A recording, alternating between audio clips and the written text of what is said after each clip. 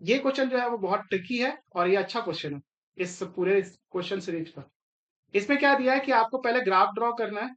इसमें एक लाइन जो है आपको ये दी हुई है, दूसरी लाइन ये दी है और तीसरी लाइन जो है वो आपका एक्स एक्सिस दी हुई है।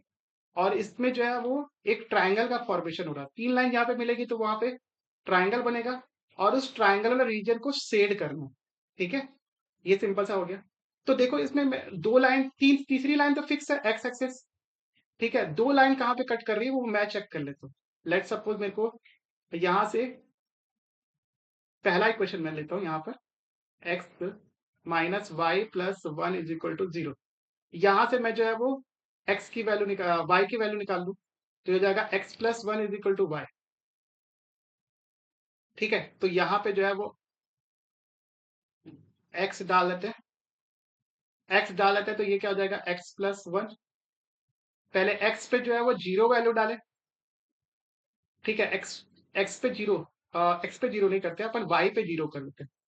क्योंकि वाई पे जीरो जो है एक्स एक्सिस पे वाई की वैल्यू जीरो होगी तो इसलिए मैं वाई को जीरो कर रहा हूँ। तो एक्स की वैल्यू कितनी आ जाएगी यहाँ से माइनस वन। अगर मैं यहाँ पे जीरो ले लेता हूँ एक्स की वैल्यू वाई की वैल्यू को। ठीक है, तो एक्स की वैल्यू कितनी आ जाएगी आपके पास माइनस वन आएगी। चेक करके देखना।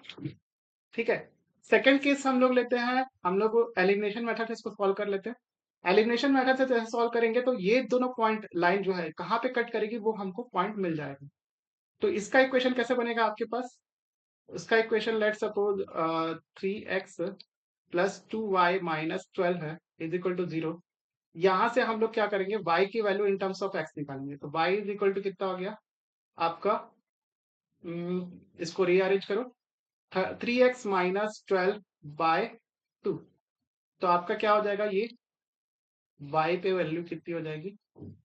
ओके, यहाँ पे आप x रखो, यहाँ पे y रखो, y 3x माइनस 12 बाय 2। ठीक है, तो पहला जो पॉइंट दोनों का जो कॉमन पॉइंट आया जिसको हम लोग सॉल्व किए, तो वो पॉइंट कौन सा आ गया आपके पास 3,2। चेक कर लेना आप, ये पॉइंट आ सॉरी 3,2 नहीं आ रहा, 2,3 आ रहा है। ठीक है, अब 2,3 जो पॉइंट आ रहा है जो कि कॉमन इंटरसेक्टिंग पॉइंट है। और एक तीसरा लाइन निकाल लेते हैं जहां पे y को वैल्यू को जीरो पुट कर देते हैं। तो y की वैल्यू को जीरो पुट करेंगे तो x की वैल्यू कितनी आ जाएगी 12 इधर चला जाएगा, 3 से डिवाइड हो जाएगा तो 4 आ जाएगा। y की वैल्यू को जैसे ही हम लोग जीरो पुट करेंगे तो x की वैल्यू कितनी आ जाएगी 4 आ जाएगी। तो ये 3 पॉइंट हमारे पास आ गए। कौन कौन से, -1,0, 2,3 और 4,0। इसको हम लोग ग्राफ में दिखा देते हैं। ठीक है, तो ग्राफ को हम लोग जूम करते हैं थोड़ा सा। तो पहला पॉइंट है आपका क्या -1,0।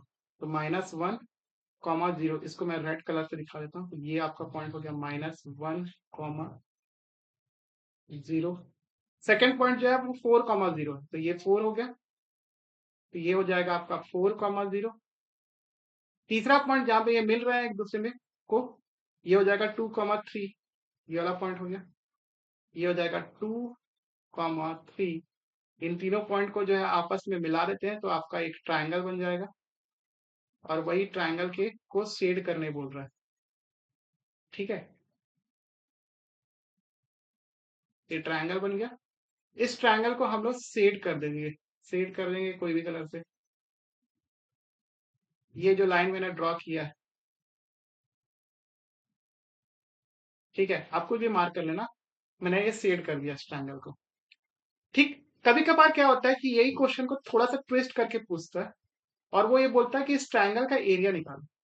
तो देखो, अगर इसका बेस मैं चेक करूं यहाँ से यहाँ तक तो कितना हो जाएगा -1 से 4 कितना हो गया आपके पास 5 यूनिट हो गया। और अगर इसका हाइट चेक करें तो कितना हो जाएगा आपके पास, जीरो से जो है वो 3 तक गया, तो 3 इसकी क्या हो गई हाइट हो गई। ठीक है, तो अगर हम लोग एरिया निकाले तो एरिया क्या हो जाएगा आपका half into base into height. तो हाफ क्या है आपका, हाफ है, बेस कितना हो गया आपके पास 5 हो गया और हाइट कितना हो गया इसके पास 3 हो गया। तो ये हो जाएगा 15/2, या फिर इसको क्या लिख सकते हैं अपन 7.5 यूनिट स्क्वायर, कुछ भी हो सकता है, यूनिट मीटर सेंटीमीटर वगैरह जो भी होगा उसको आप देखेंगे। ठीक है, तो आप इसको फटाफट से नोट डाउन कर लो।